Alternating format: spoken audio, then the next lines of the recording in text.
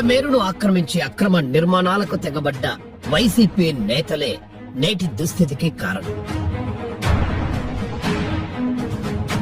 బుడమేరు మైలవరం కొండల్లో నుంచి విజయవాడ గుండా ఏలూరు కాల్వకు సమాంతరంగా 37 కిలోమీటర్ల మేర ప్రవహించి కొల్లేరులో కలుస్తుంది. అయితే బుడమేరు పరివాహక ప్రాంతంలో వైసీపీ నేతలు కబ్జాలకు పాల్పడ్డారు.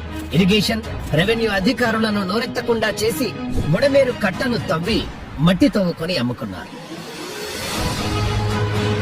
అలాగే ఇసుకను తవ్వుకున్నారు. దీనివల్ల కట్ట బలహీనపడి దానికి ఒకటి కన్నా ఎక్కువ చోట్ల గన్లు పడ్డాయి. ఇది చాలదన్నట్టు బుడమేరు సహజ సిద్ధ కాలువ కొలతలు పూర్తిగా మారిపోయేంతగా ఆక్రమణలు చేశారు. ఏకంగా వెంచర్లు వేసి ప్లాట్లు చేసి గజం 30 నుంచి 50 వేల రేటుకు అమ్మేసుకున్నారు. వైసీపీ ఎమ్మెల్యేలు వెల్లంపల్లి, జోగి రమేష్ ల నేతృత్వంలో వాళ్ల అనుచరులు ఎక్కువగా కబ్జాలకు పాల్పడ్డారు.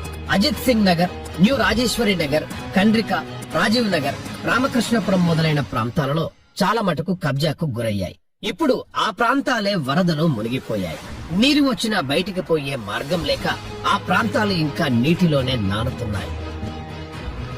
దీనికి కారణం జగన్ పాలన పాపమే.